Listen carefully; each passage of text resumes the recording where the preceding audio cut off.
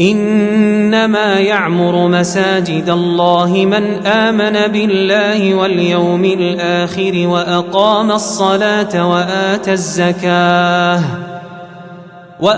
الصلاة وآتى الزكاة ولم يخش إلا الله